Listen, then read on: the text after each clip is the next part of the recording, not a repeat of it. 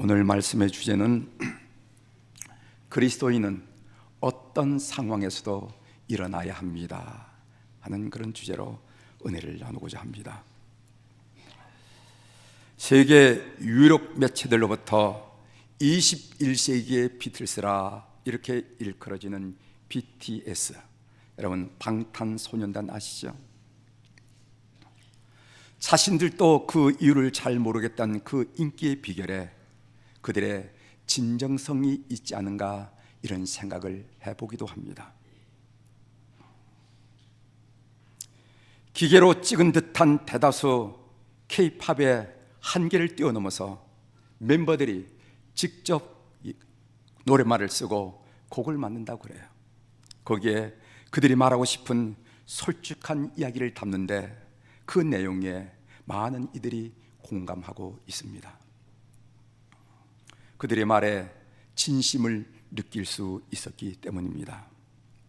그들의 노래 중에 투모로우라 하는 노래가 있는데 그 가사에 이런 가사가 나옵니다.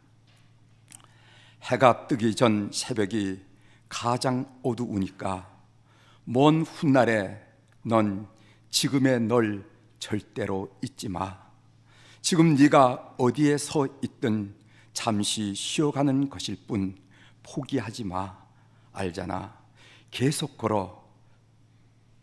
멈추기엔 우린 아직 너무 어려. 문을 열어. 닫기에는 많은 것들이 눈에 보여. 어두운 밤이 지나면은 밝은 아침도 있듯이 이건 정지가 아닌 네 삶을 쉬어가는 잠시 동안의 일시정지. 엄지를 올리며 네 자신을 재생해. 모두 보란 듯이 포기하지 마. 알잖아. 너무 멀어지지 마. 멀어지지 마. 너무 멀어지지 마. 이런 가사가 있는 것을 제가 그 중간 부분을 발췌해서 여러분들에게 읽어드렸습니다. 새해가 밝았습니다. 취업은 여전히 안 되고 남들이 다 꾸는 꿈조차 꿀 수 없는 N4 시대를 우리는 살아가고 있지만은 우리 힘을 냅시다. 제임스 룸이라는 서울 파이낸셜 포럼의 부의장은 언젠가 이런 말을 한 적이 있습니다. 한국은 재정적 위기보다는 불확실성에 따른 심리적 위기가 더 큰 문제이다 이렇게 말한 적이 있어요. 오늘 우리 사회의 팽배한 위기감, 불확실성, 불안감, 위축감으로 한국인 특유의 역동성과 잠재력이 소멸되고 있습니다. 이때야말로 우리 성도들이 일어나야 할 때라고 믿습니다. 어떤 상황에서도 하나님의 일하심을 우린 믿고 걸음을 옮겨야 될 줄 믿습니다. 어떤 상황에서도 노래하는 자가 있고 휘파람을 부는 자가 있고 내일을 계획하는 자가 있음을 믿고 이런 대열에 우리 사는 성도들이 서야 될 줄 믿습니다. 오늘 본문 내용입니다. 예루살렘 성 양의 문이라고 일컬어진 문 곁에 베데스다 자비의 집이라는 못이 있었습니다. 그런데 이 못에는 이런 전설이 내려왔습니다. 가끔씩 천사가 내려와서 물을 동하게 했다는 것입니다.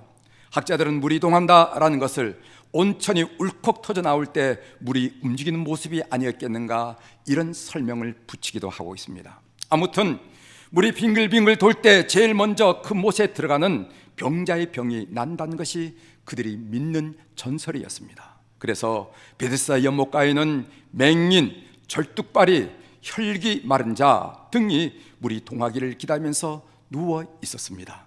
그 병자들 가운데 38년 된 병자가 있었습니다. 그 병자 앞에 우리 주님이 섰습니다.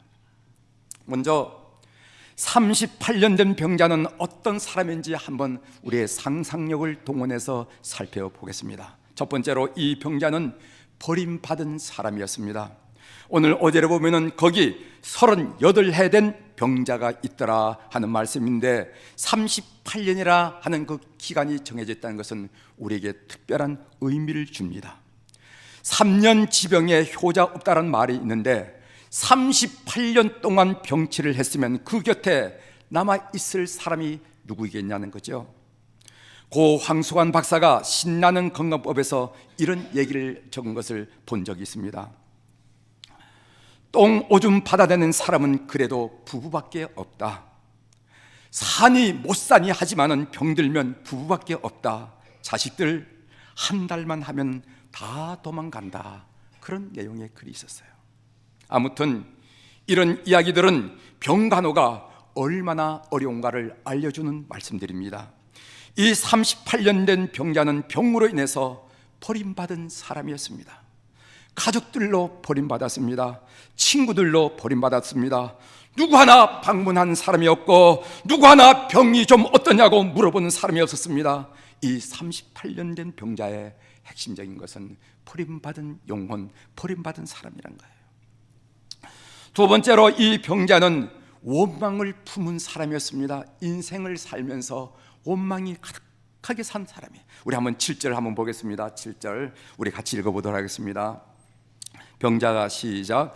병자가 대답하되 주여 물이 움직일 때 나를 못에 넣어주는 사람이 없어 내가 가는 동안에 다른 사람들이 먼저 내려가나이다. 여러분, 이 병자가 한 이야기를 곰곰이 뜯어보십시오. 주여 물이 움직일 때 나를 못에 넣어준 사람이 없어 내가 가는 동안에 다른 사람이 먼저 내려가나이다. 그 대답에는 원망이 가득 서려 있음을 우리가 파악할 수가 있습니다. 못에 넣어주는 사람이 없음을 원망했어요. 먼저 내려가는 다른 사람을 원망했습니다. 온 세상 사람들이 다 싫고 원망스러웠습니다. 가끔씩 그런 상담 중에 그런 얘기를 합니다. 남편도 싫어요. 자식도 싫어요. 형제 자매도 싫습니다. 다 싫습니다. 이런 이야기를 하는 사람을 보게 되는데 이 사람이야말로 온 세상 사람들이 다 싫고 원망스럽다는 것이죠. 이 38년 된 병자는 육신의 병도 문제이지만은 원망하는 마음의 병이 더 큰 문제였습니다. 그 마음의 병, 섭섭해하고 원망하고 불평하는 그 영혼의 질병이 육신의 병을 더 모질게 만들고 있는지도 모릅니다. 이런 얘기가 있습니다. 어떤 사람이 암 선고를 받았습니다. 아마 말기라고 얘기한가 봐요. 이제 몇 개월밖에 못 산다고 생각하니까 잠이 오지 않았습니다. 별 생각이 잠은 오지 않고 다 들었습니다. 그런데 그 생각 중에 남에게 잘했던 것보다는 남의 가슴에 못을 박았던 것들이 주마등처럼 머리에 스쳐 지나갑니다. 죽으라고 악담을 퍼붓던 사람, 눈에 흙이 들어가기 전에는 보지 않겠다고 한 사람, 원한을 품었던 사람, 미워했던 사람, 그 사람들의 얼굴이 주마등처럼 스쳐 지나가고 있었어요. 이렇게 인생을 마감할 수 없다고 생각하고 한 사람씩 불렀습니다.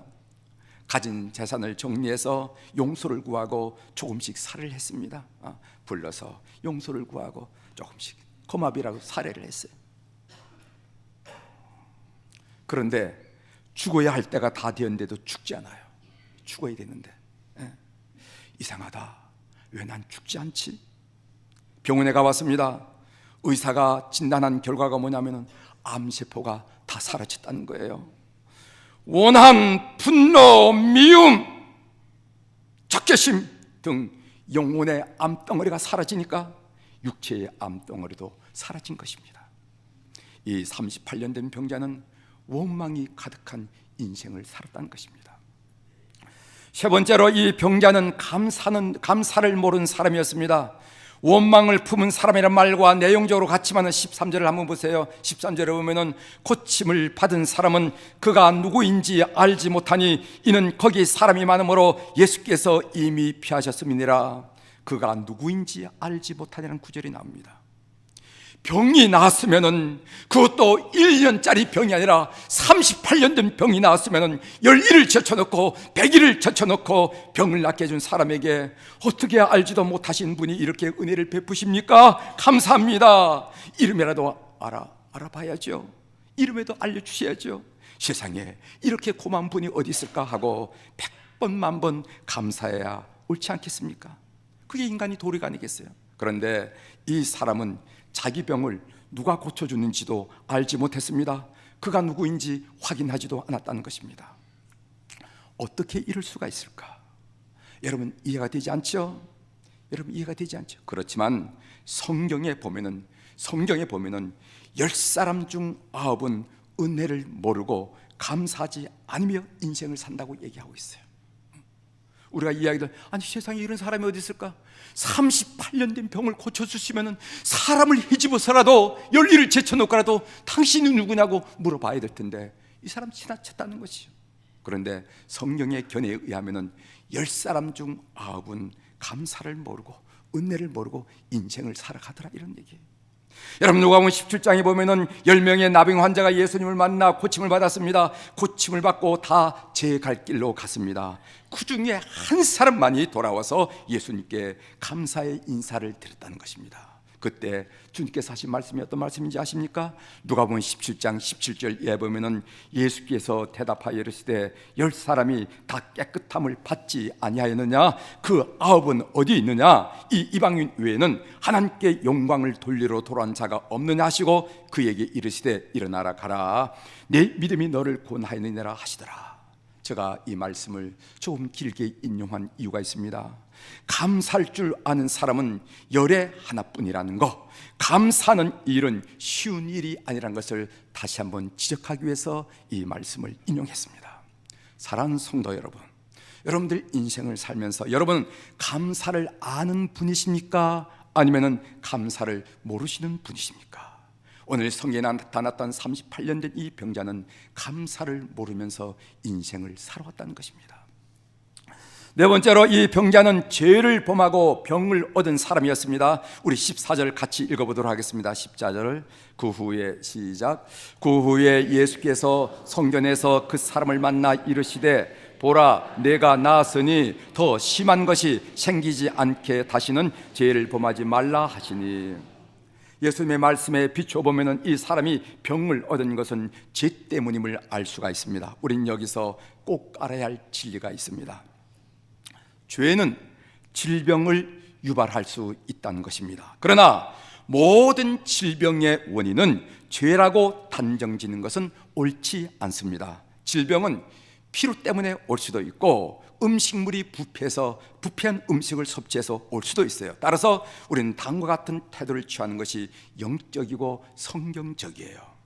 병이 들었을 때 다른 사람에 대해서는 무슨 죄를 졌길래 저런 병이 들었을까라고 추측하거나 단정해서는 안 된다는 것입니다. 이것은 남을 정죄하는 아주 나쁜 행위예요. 그러나 자기 자신에 대해서는 내가 하나님을 섭섭하게 한 일은 없을까? 나의 신앙생활에 흐트러짐은 없는가? 이 병이 하나님께 나에게 보내시는 어떤 사인, 신호가 아닐까 하면서 자기의 삶을 뒤돌아보면서 뒤돌아보는 그런 기회를 가지셔야만 됩니다. 이것이 영적인 사람의 태도라는 거예요. 기억하십시오. 다른 사람에 대해서는 저 사람, 저 장로님이, 저 권사님이 무슨 죄를 졌길래 저런 병이 들었을까? 이렇게 추측하거나 예단하지 말라는 겁니다. 이것은 정지하는 것이에요. 그러나 자기에게, 자기 가정에 그런 일이 생길 때 한번 뒤돌아보자는 것입니다. 혹시 하나님께서 이 병을 통해서 나에게 뭔가 사인을 보내고 있지 않은가? 이런 사람이 영적이고 그리고 신앙적이라 하는 얘기입니다. 사랑하는 성도 여러분, 이렇게 설명을 하고 나니까 베데스다 연못가에 있는 38년 된 병자는 어쩌면 오늘 우리 자신과 유사하지 않습니까? 우리 자신의 모습과 유사하지 않습니까? 그런데 이 38년 된 병자는 예수님을 만나서 그 인생이 180도 달라졌습니다. 이제는 병석에 누워서 평생을 속절없이 살지 않아도 됩니다. 이제는 베데스다 못에 물이 동하기를 기다리지 않아도 됩니다. 이제는 내 분에 못 이겨서 이 사람 저 사람 원망하지 않아도 됩니다. 그러면은 38년 된 병자가 만난 예수님은 어떤 분이신지 제가 두 가지 여러분들에게 소개해드리려고 합니다. 이 예수님을 이 연초 첫 주일에 꼭 만나는 우리 교우들이 되기를 주의 이름으로 축원합니다. 첫 번째로 버림받은 자를 찾아 만나주시는 주님이셨습니다. 오늘 6절 하반절에 보면은 내가 낫고자 하느냐라고 우리 주님께서 물으십니다. 베데스다 연못가에 38년 된 병자 옆으로 수많은 사람이 오고 갔을 것입니다. 혹시 내 병이 낫지 않을까 기대를 가진 병자들이 지나쳤을 것이고, 그리고 그 병자들을 옮기거나 그리고 간호하는 사람들이 그 곁을 스쳤을 것이고, 어떤 기적이 일어나지 않을까 호기심을 가진 구경꾼들이 그 주변에 있었을 것입니다. 그러나 그들 중 어느 누구도 이 38년 된 병자에게 말을 걸지 않았습니다. 어떤 병이 걸렸는지, 얼마나 오래되었는지, 가족은 있는지, 고통은 심했는지 이 사람에게 묻지 않았다는 것입니다. 더구나 그때는 유월절 축제가 예루살렘에서 벌어진 때였습니다. 예루살렘 사람들이 모여 법석거렸지만은 그들 중 어느 누구도 이 38년 된 병자에게 관심을 기울인 사람은 없었습니다. 그런데 예수님이 이 병자를 찾아가셔서 눈을 마주치면서 얘기를 나누었어요. 내가 낫고자 하느냐? 내가 낫고자 하느냐? 만남의 사건이 일어났습니다. 사랑이 교감되었습니다. 고통을 나누어 버리는 동정심, 건강을 회복했으면 하는 갈망이 두 사람 사이에서 오고 갔습니다. 만약 이런 만남 없이 예수님께서 다짜고짜 그 병자 앞에 서서 일어나 내 자리를 들고 걸어가라 라고 말씀하셨다면 이 병자는 어떤 반응을 보였을까요? 별 정신 나간 사람 다 보겠네. 누가 일어나고 싶지 않아서 일어나지 못하는가? 하루 이틀도 아니고 38년 동안 일어나 보지 못한 사람에게, 걸어보지 않은 사람에게 일어나 걸으라니 라면서 냉소적인 반응을 보였을 수도 있을 것입니다. 그러나 주님과 이 병자 사이에는 만남을 통해서 사랑의 교감이 이루어졌습니다. 신뢰의 교감이 이루어졌습니다. 낫고 싶어하는 열망이 오고 갔습니다. 저는 이 본문을 읽을 때마다 주님과 그 병자 사이에 마주치는 눈빛을 상상하면서 잔잔한 감동을 느끼고 하여, 우리 주님께서 그 병자를 바라봤을 때 그 눈동자는 어떤 눈동자였을까? 38년 동안 처음으로 자기에게 말을 걸어주는 어떤 사람을 바라보는 이 환자의 눈동자는 어떤 눈동자인가? 어제도 설교를 준비하면서 창밖을 내다보면서 찬송가 134장을 중얼거렸습니다. 그 2절에 이런 말이 나와요. 그 동정의 눈빛과 음성을 나는 잊을 수 없겠네. 우리 주님이죠. 그 동정의 눈빛과 음성을 나는 잊을 수 없겠네. 우리 주님이 여러분을 바라보시는 그 눈동자는 여러분을 신랄하게 비판하고, 여러분을 신랄하게 정죄하고, 신랄하게 비난하는 그런 눈동자가 아니라, 살다 보면 그러시지 않겠니 하는 그런 동정, 그 동정의 눈빛과 음성을 나는 잊을 수 없겠네. 그 갈릴리 오시니 그때 이 죄인을 향하여 목자국 난 그 손과 옆구리 보이시면서 하신 말, 내 죄를 인하매라 하실 때 나의 죄짐이 풀렸네. 내가 영원히 사모할 주님 부드러운 그 모습을 곧 뵙고 오늘로부터 내 구주로 섬기네 하는 그런 고백입니다. 사랑하는 성도 여러분, 혹시 여러분 가운데 혼자라는 것을 느끼며 사는 분들이 계시지 않습니까? 아들들이 있고 자식들이 있고 남편도 있고 아내도 있고 친지도 있고 동생도 있지만은 나는 혼자다.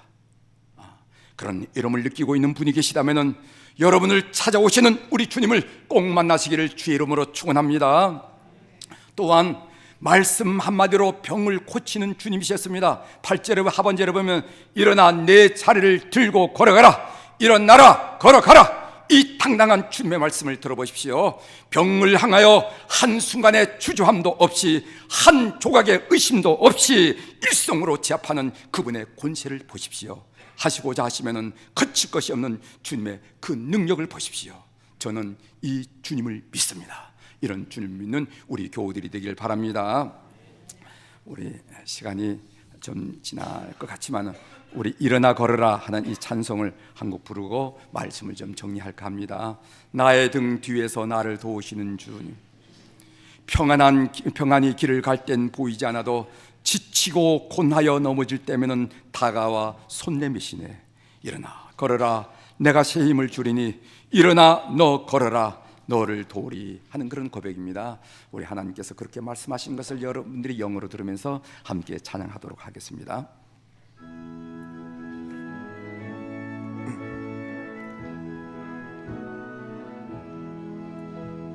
나의 등 뒤에서 나를 도우시는 주, 나의 윙세 길에서 지치고 곤하여 매일처럼 주저앉고 싶을 때 나를 밀어주시네. 일어나 걸어라, 내가 새 힘을 주리니. 일어나 너 걸어라, 내 너를 도우리. 나의 등 뒤에서, 나의 등 뒤에서 나를 도우시는 주. 평안의 길을 갈 때 보이지 않아도 지치고 고하여 넘어질 때며 다가와 손 내미시.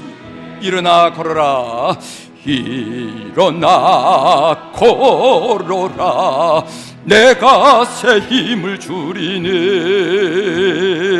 일어나 너 걸어라, 내 너를 도우리.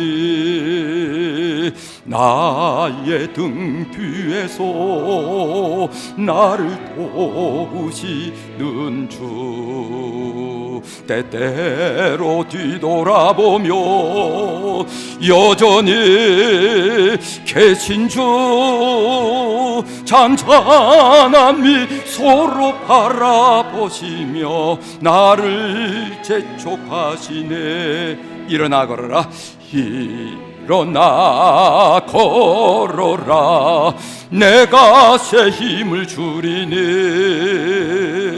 일어나 너 걸어라, 내 너를 도우리. 아멘. 오늘 365일 동안 하나님의 도우실 줄 분명히 믿습니다. 이제 말씀을 마치겠습니다. 38년 된 병자를 고치는 사건을 통해서 오늘 이 성경 본문은 우리에게 무슨 메시지를 전하고 싶어 하십니까? 그것은 우리 뒤에는 38년씩이나 된 모든 질병도 넉넉히 지압하고 고칠 수 있는 예수님이 계시다 하는 것을 우리에게 들려주길 원한다고 저는 믿습니다. 나는 든든한 백이 있다라는 말을 듣기도 하고 하는 사람을 보게 됩니다. 여기서 백이라는 영어는 백그라운드라 하는 말을 말하는데, 혼란했던 미 군정시설 연줄이 없으면 아무것도 할 수 없다는 그런 풍조에서 백이라 하는 말이 생겨났습니다. 비슷한 의미의 순우리말이 있는데 그 순우리말이 뭐냐면 법발이라 하는 말이 있습니다. 이 법발이란 말은 뒷배를 봐주는 사람이란 뜻으로, 뒷배는 모르게 뒤에서 도와주는 것을 의미합니다. 모르게 뒤에서 도와주는 것. 우리에게는 영원한 법발이가 계심을 믿는 여러분들이 되시길 바랍니다. 바로 예수 그리스도십니다. 그분은 전능하십니다. 그분은 전지하십니다. 그분은 사랑이 있습니다. 지금 그 주님께서 울릉에서 말씀하시는 거예요. 일어나 걸어가라. 그래서 그리스도인은 어떤 상황에서도 일어날 수밖에 없는 존재임을 믿는 교우들이 되기를 주의 이름으로 축원합니다.